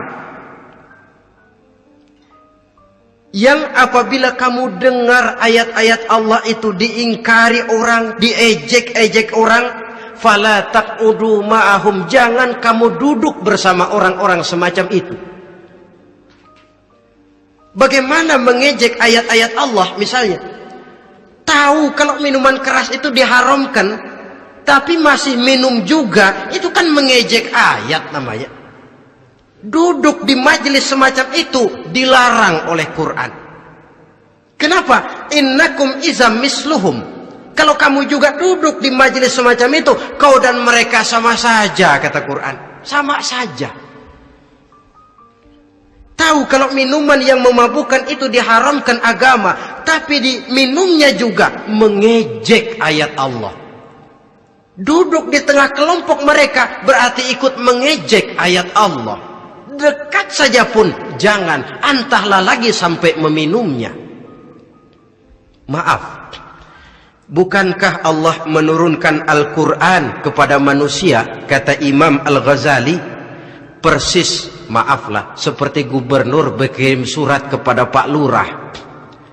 Dalam suratnya Pak Gubernur bilang, Pak Lurah, tolong carikan tanah di daerah Kebayoran untuk sekolah 6.000 meter. Pak Lurah dapat surat dari Pak Gubernur, bangga bukan main. Itu surat sore, pagi, siang, malam dibaca. Ditaruh di tempat yang tinggi. Diberikan minyak wangi, mau diambil, dicium dulu.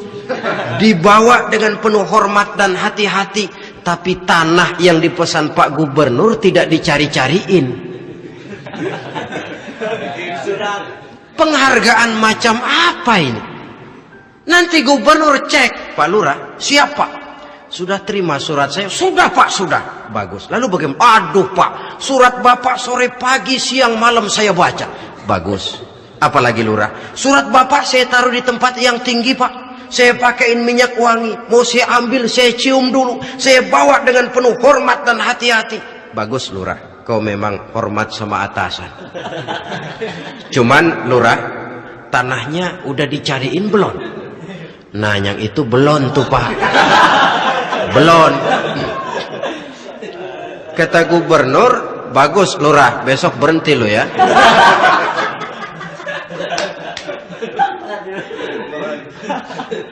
Membacanya memang penting, al-muta'abbad bitilawatihi, beribadah dari sebab membacanya. Tapi setelah kita baca, kita tahu isinya, what next? Mau apa kita dengan isinya itu? Jangan yang kita baca kita injak-injak. Itulah ironinya, bagaimana Quran itu mau membawa keberkahan dalam hidup ini. Kalau yang kita baca sering kita injak-injak. Dalam kehidupan kita baca ayat, wa ahallallahul bai'a wa harramar riba. Allah halalkan jual beli, Allah haramkan riba, tapi renten ditelan terus.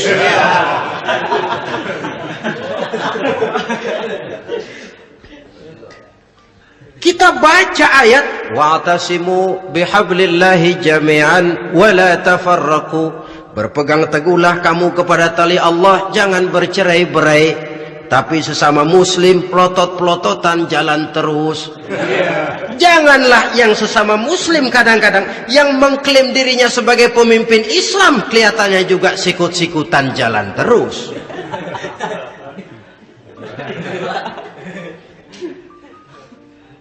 Sehingga tidak heran kalau orang bilang di bawah ngamalin ayat kursi sudah sampai di atas ayat hilang, tinggal kursi saja yang diamalin.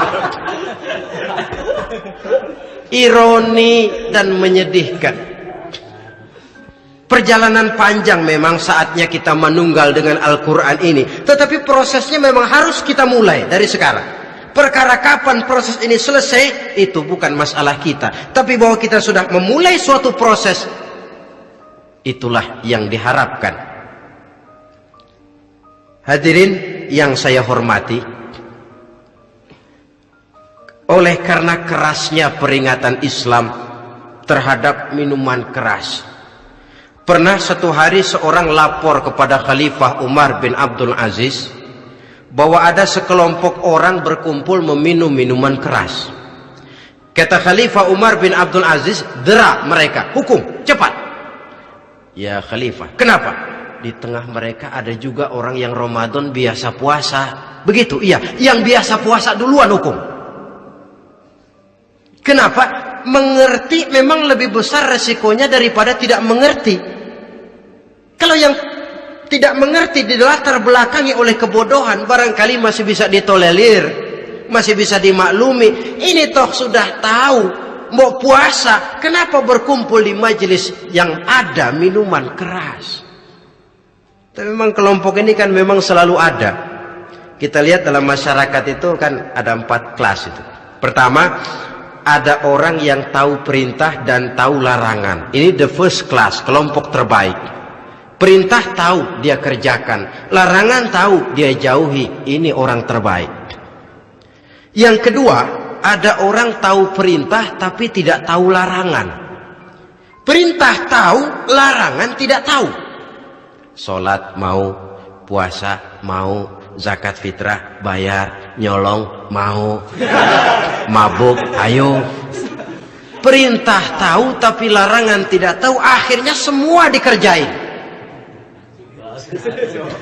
Barangkali yang rada bingung malaikat bagaimana nyatatnya ini, kotor absen. Gelas yang ada di hadapan saya ini, kalau semua diisi air putih macam ini, kan jelas bisa diminum orang. Kalau semua diisi bensin, jelas bisa diminum motor. Tapi kalau separuh diisi air putih, separuh diisi bensin, kacau.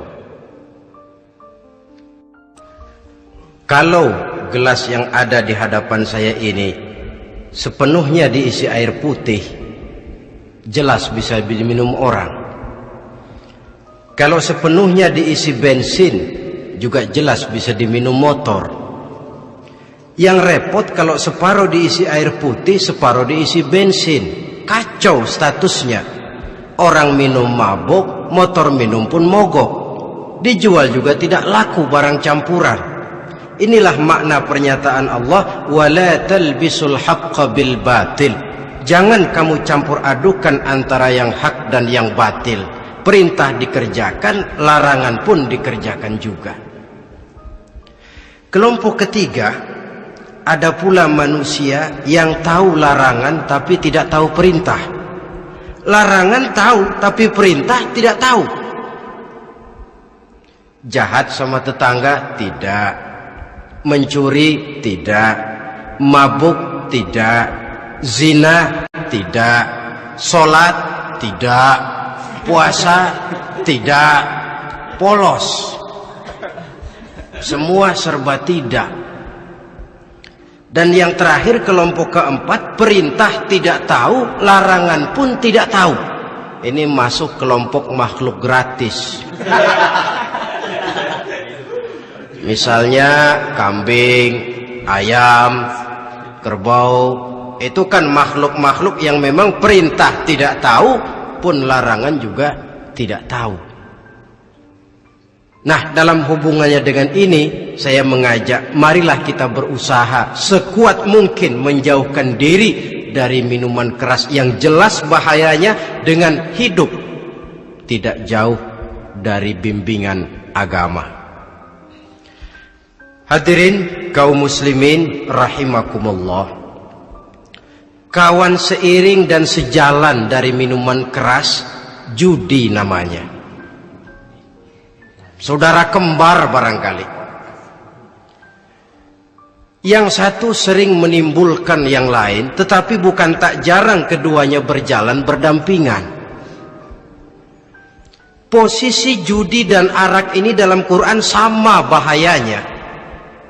Apa sebab?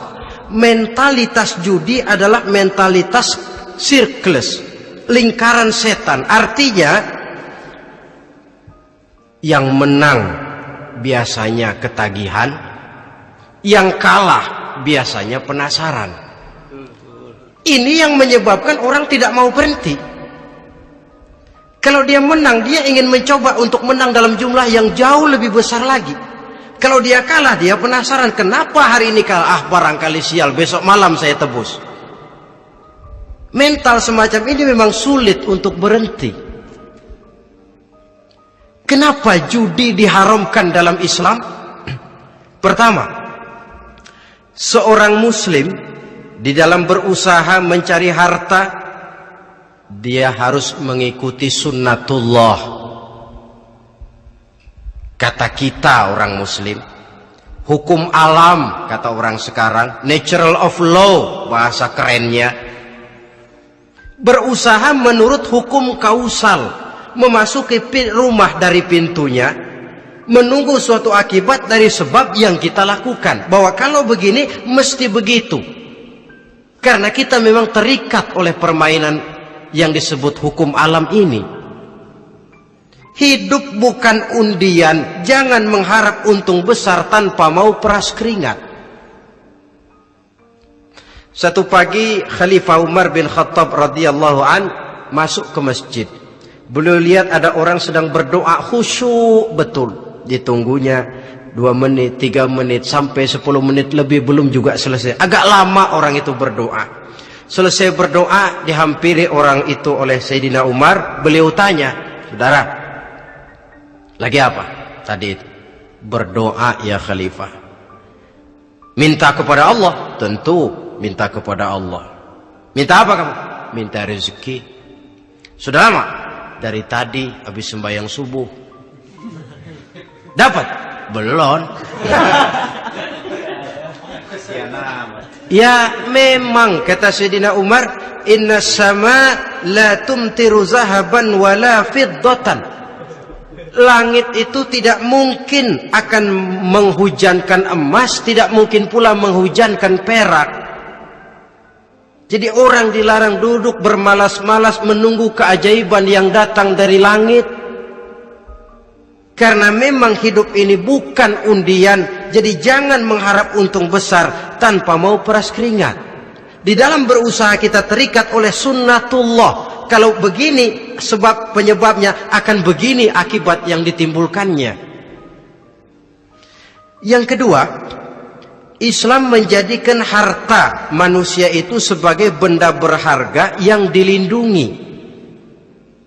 Mengambilnya dengan judi termasuk memakan harta orang lain dengan cara yang batil. Yang ketiga, judi itu sendiri dapat menimbulkan permusuhan dan pertentangan antara para pemain itu sendiri. Meskipun kelihatannya kompak duduk dalam satu meja yang saling berhadap-hadapan, yang kalah kelihatannya pasrah, tetapi kan itu cuma kulit permukaan. Batinnya bagaimanapun juga yang kalah itu tetap mendendam. Sedangkan yang kalah di samping mendendam juga mengomel, mencaci mungkin ya lawan bermainnya, ya mungkin juga dirinya sendiri. Dan yang keempat, judi itu merusak aktivitas hidup, membuat orang membuang waktu dengan tidak terasa, dan yang pada gilirannya melupakan orang kepada tanggung jawab.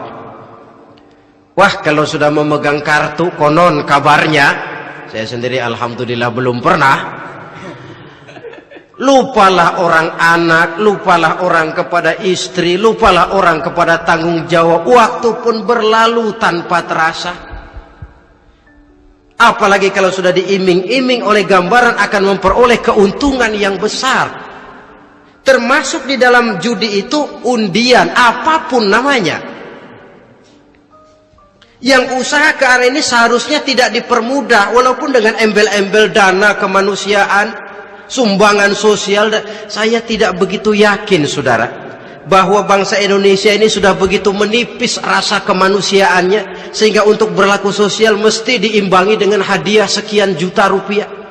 Saya tidak percaya bahwa umat Islam di Indonesia sudah begitu tipis rasa kasih sayangnya kepada sesama, sehingga sulit mengeluarkan bantuan kalau tidak diimbangi dengan hadiah yang sekian puluh juta rupiah.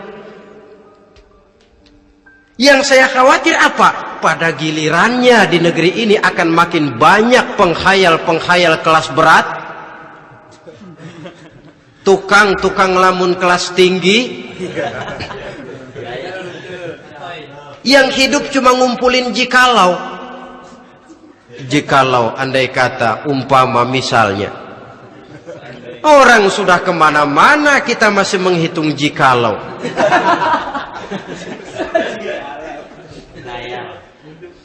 Orang boleh saja mengharap burung terbang tinggi, tapi punai di tangan jangan dulu dilepas.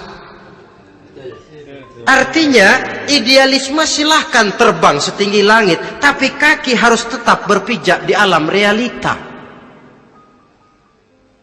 bahwa memang lebih baik makan singkong dalam kenyataan daripada makan roti tapi ngimpi.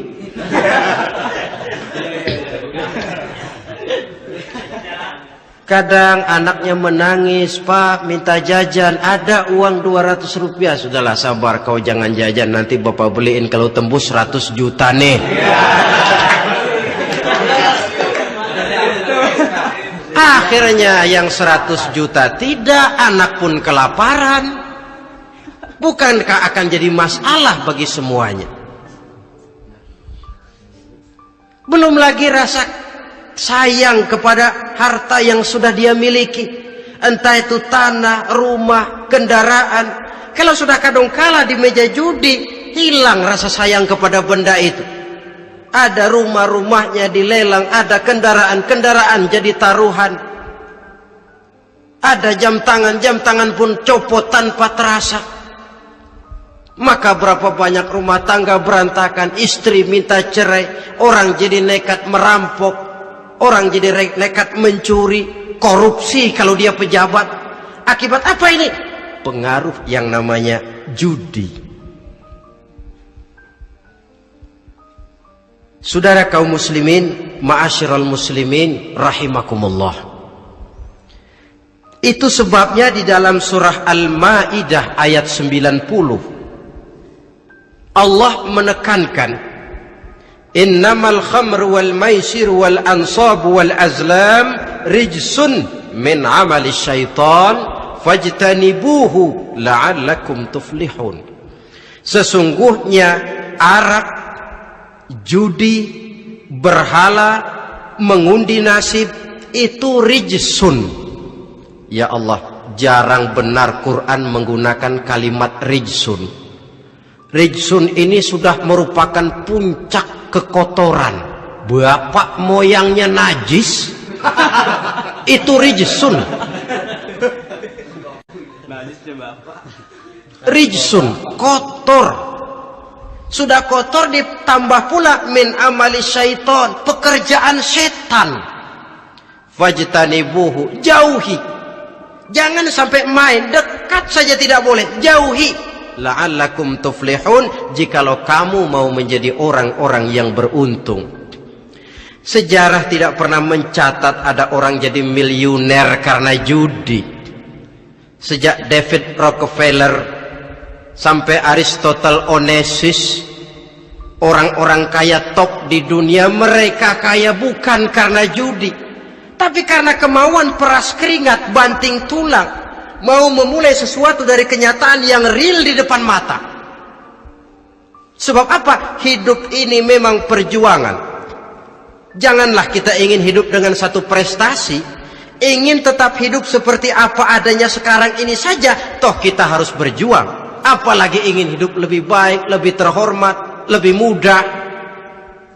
Hidup perjuangan. Perjuangan berarti pengorbanan. Berani hidup artinya berani berjuang. Berani berjuang maksudnya rela berkorban. Takut berkorban, jangan berjuang. Tidak mau berjuang, berhenti hidup. Itu logika. Dan bagaimanapun saya yakin lebih baik berkorban daripada menjadi korban. Kalau sekarang kita berkorban, peras keringat, banting tulang, berusaha secara sunnatullah untuk menghidupi anak, istri, keluarga, pada satu saat kita tidak akan menjadi korban kebrutalan anak-anak kita sendiri kalau mereka dibesarkan dan tumbuh berkembang oleh hasil yang diperoleh dari meja judi. Ayat 91 Al-Maidah ini lebih memperkuat lagi.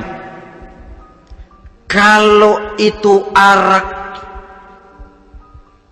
judi, berhala, mengundi nasib adalah perbuatan setan, sebenarnya setan mau apa sih?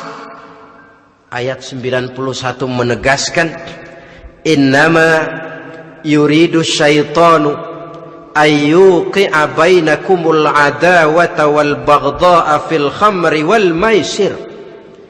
Yang dimaui setan itu tidak lain supaya dengan arak dan dengan judi timbul rasa permusuhan, sikap memusuhi, saling marah di antara kamu.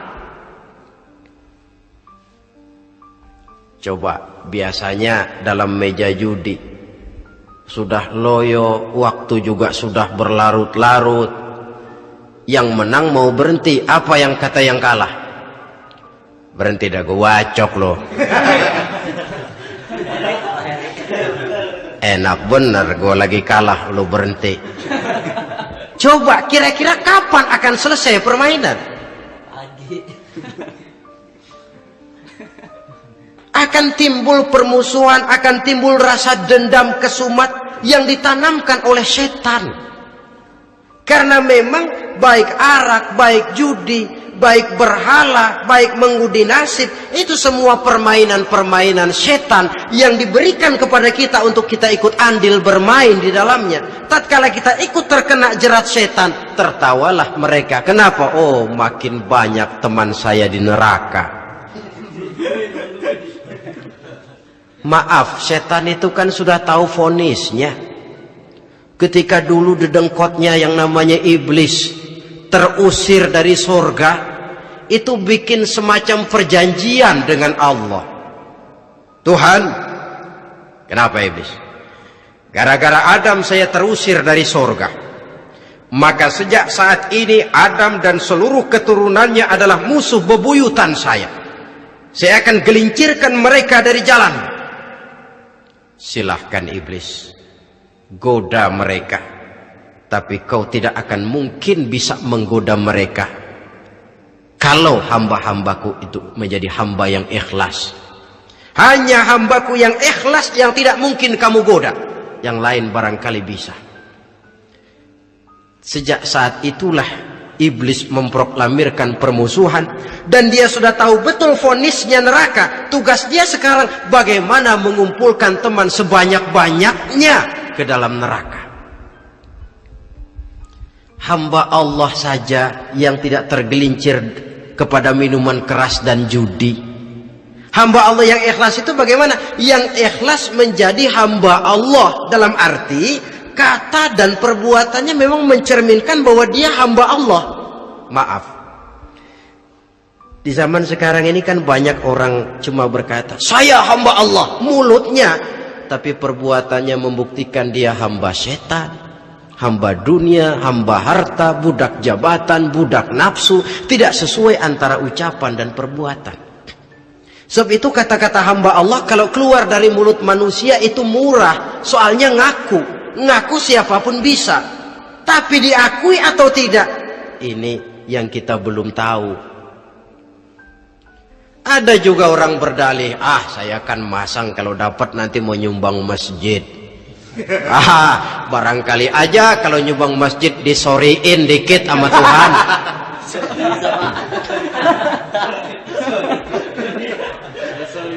Apa bisa begitu? Saudara, kita tidak mungkin mencuci kain dengan air najis. Innallaha thayyibun, kata Nabi, la yaqbalu illa thayyiba. Allah itu baik dan hanya menerima yang baik. Bahwa dalam Islam tujuan yang baik harus dicapai dengan prosedur yang baik. Bahwa niat menyumbang masjid bagus, tapi hasil daripada judi atau undian tidak akan menyampaikan kita kepada tujuan itu. Tidak boleh mencuri kain walaupun niatnya untuk sholat. Kalau nyolong kain niatnya buat sembahyang, dimaafin kali. Walaupun sholatnya sah, mencuri kainnya tetap saja dosa. Islam tidak menghalalkan segala cara untuk mencapai suatu tujuan. Bahwa tujuan yang baik harus dicapai dengan cara yang baik juga. Dan penyakit judi ini juga bukan penyakit baru. Sejak dulu masa jahiliyah judi mereka, saya kira kalau Las Vegas, kota judi Amerika saja barangkali masih kalah dengan cara judi jahiliyah dulu. Mereka kalau sudah judi itu uang. Habis uang, ada punya tanah, pasang, taruhan. Habis tanah, ada rumah, rumahnya dipasang. Apalagi yang ada? Ternak unta dipertaruhkan. Harta habis, rumah ludes, kebun binasa, ada istri juga dipasangin. Judi.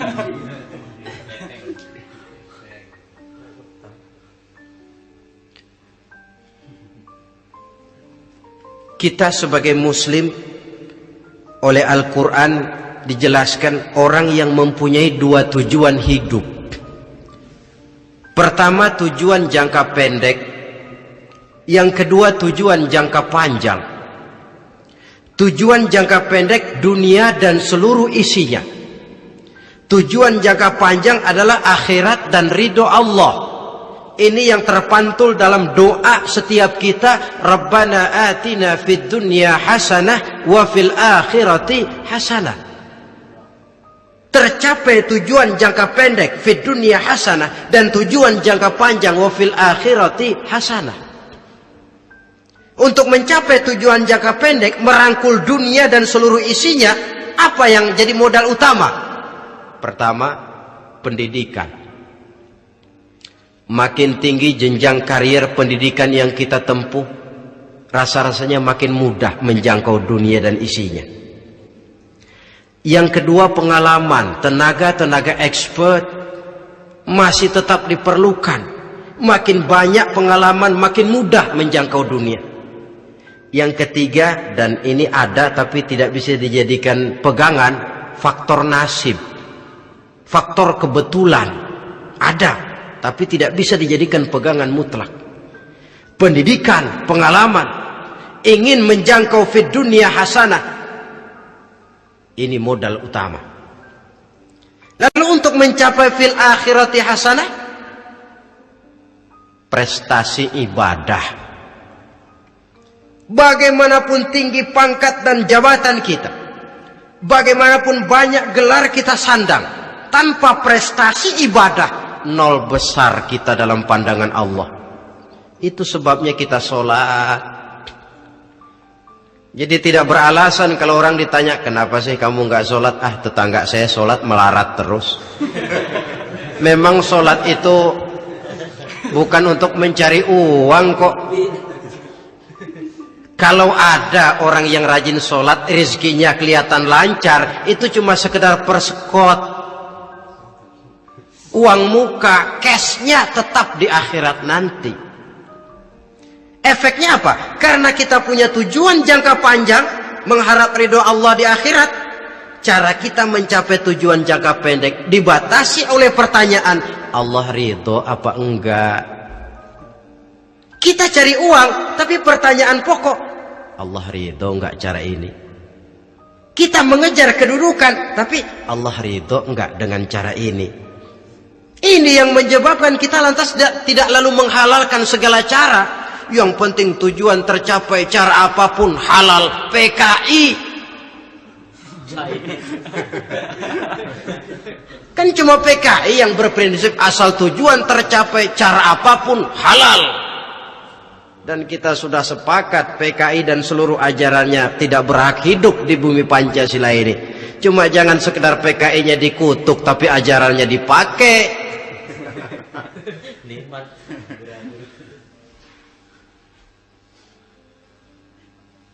Nah, untuk mencapai dua tujuan ini,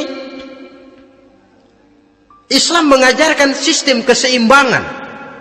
Sehingga Nabi sabdakan, "I'mal lidunyaka ka'annaka ta'ishu abada, wa'mal li akhiratika ka'annaka tamutu ghada." Bekerjalah buat duniamu seolah-olah kau akan hidup untuk selamanya, tetapi bekerjalah untuk akhiratmu seolah-olah kau akan mati besok. Jadi kalau kita sudah sholat menghadap Allah, usolli fardul maghrib, Allahu Akbar, ingat seolah-olah kita akan mati besok supaya timbul khusyuknya. Tapi kalau kita sudah bekerja, kuliah, bekerja, belajar di tempat tugas, ingat seolah-olah kita akan hidup selamanya supaya timbul gairah kerja. Jangan dibalik. Di kantor ingat mati, lemas terus. Ngapain kerja sungguh-sungguh, bakalan mati. Lagi sholat ingat Duta Merlin, Altiron Plaza, ya kacau. Salah pasang, tidak pada tempatnya. Untuk mencapai fid dunya hasanah ini, Islam mengajarkan tempuh jalur yang mengikuti sunnatullah. Itu yang dihargai oleh agama. Terikat oleh hukum kausal bahwa kalau ini yang saya usahakan hasilnya akan begini. Perkara nanti hasil tidak seperti yang kita harapkan, baik sangkalah kita kepada Allah. Sebab kita tidak tahu rahasia apa di belakang itu.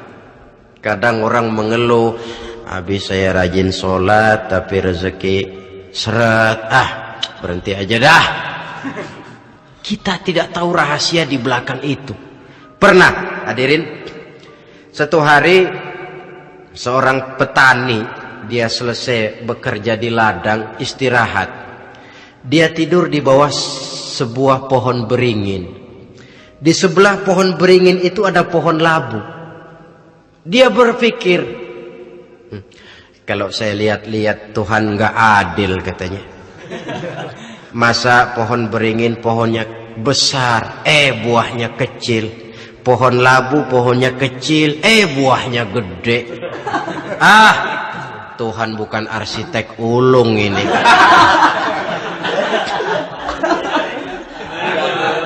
Mestinya supaya enak dilihat, beringin yang pohonnya besar buahnya sebesar buah labu. Pohon labu yang pohonnya kecil buahnya kecil saja sebesar buah beringin. Tidak adil Tuhan. Baru dia selesai berpikir Tuhan tidak adil, jatuh sebutir buah beringin tepat menimpa hidungnya. Dia terkejut. Astagfirullahalazim. Kalau begitu saya sadar katanya, Tuhan benar-benar adil. Coba kalau buah beringin segede buah labu. Waduh, kayak apa muka saya ini?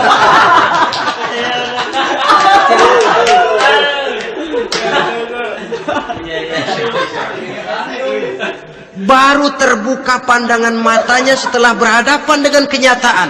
Baru keluar respek. Allah benar-benar adil. Padahal semenit yang lalu dia masih berkata, Tuhan bukan arsitek ulung. Tapi semenit kemudian setelah berhadapan dengan kenyataan yang real dia hadapi, wah, Allah benar-benar adil.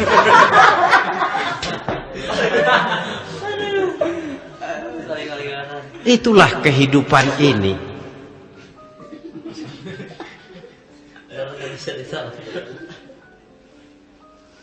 Saudara hadirin yang saya hormati, karena itu baik arak, baik judi, dua-duanya merupakan bahaya laten yang tidak hanya mengancam kehidupan agama, tetapi juga masyarakat, bangsa dan negara, apalagi kalau sudah jatuh kepada generasi penerus. Dan yang bagaimanapun juga saya berpikir sebenarnya remaja, pemuda, pemudi kita cuma korban dari suatu sistem. Sebab ini merupakan tanggung jawab bersama. Ulama mubalik macam saya paling wewenangnya cuma ngomong. Yang punya SK untuk memberhentikan pabrik minuman keras itu kan Menteri Perindustrian. Tangan-tangan eksekutif. Sehingga kalau Nabi katakan, Man ra'a minkum munkaran falyughayyir biyadihi wa illam yastati' fa bilisanihi wa illam yastati' fa biqalbihi. Apabila salah seorang kamu melihat suatu kemunkaran, termasuk minuman keras dan judi di dalamnya, rubah itu. Dengan cara apa? Kalau kau mampu dengan tangan, artinya power, kekuatan. Kalau dengan tangan tidak mampu, ini orang kalau gue pukul gue yang melintir nih. Umpamanya, fabilisani, dengan lidah ngomong. Mas, saya senang sampean tinggal di sini, kampung kami tambah warga, tapi tolonglah jangan bawa pengaruh yang tidak baik. Kalau ternyata bicara pun tidak berani, fabiqalbi, cukup dalam hati, sekurang-kurangnya tidak ikut membenci kemungkaran dalam hati, itulah kadar iman yang paling lemah. Ini secara umum. Tapi kalau hadis ini kita mau adakan semacam, katakan description of job bahasa kerennya, kita adakan pembagian tugas. Siapa yang harus merombak kemungkaran dengan power?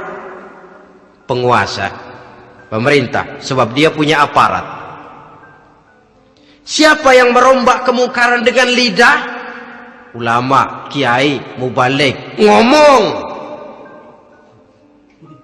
Siapa yang hanya merubah kemungkaran dalam hati? Kita umumnya rakyat lemah ini, yang mau ngomong gak berani tapi hati pegel. Nah, kalau sudah ada pembagian tugas semacam itu, insya Allah masing-masing akan berjalan pada relnya, dan pada akhirnya selamatlah kita, bangsa Indonesia, umat Islam pada khususnya, dari bahaya, baik bahaya minuman keras maupun bahaya judi. Menyelamatkan bangsa, dan yang lebih lagi menyelamatkan masa depan kita. Sekianlah saudara pertemuan kita pada saat ini. Mudah-mudahan ada manfaatnya. Terima kasih atas segala perhatian. Mohon maaf atas segala kekurangan. Usikum wa nafsi bitaqwallah. Wassalamualaikum warahmatullahi wabarakatuh.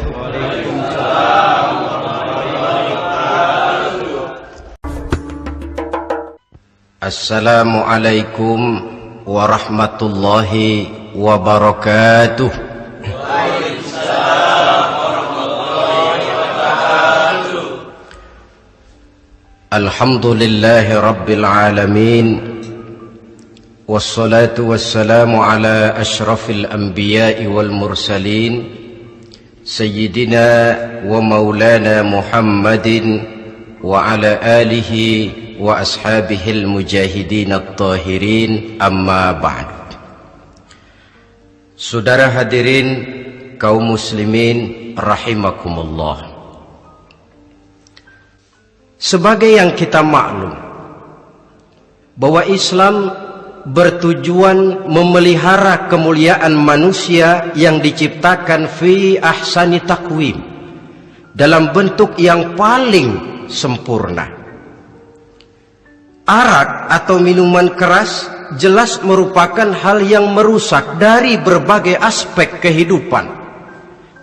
Entah kesehatan tubuh, entah pertumbuhan akal, ketentraman rumah tangga, ketentraman masyarakat, bangsa dan negara. Cobalah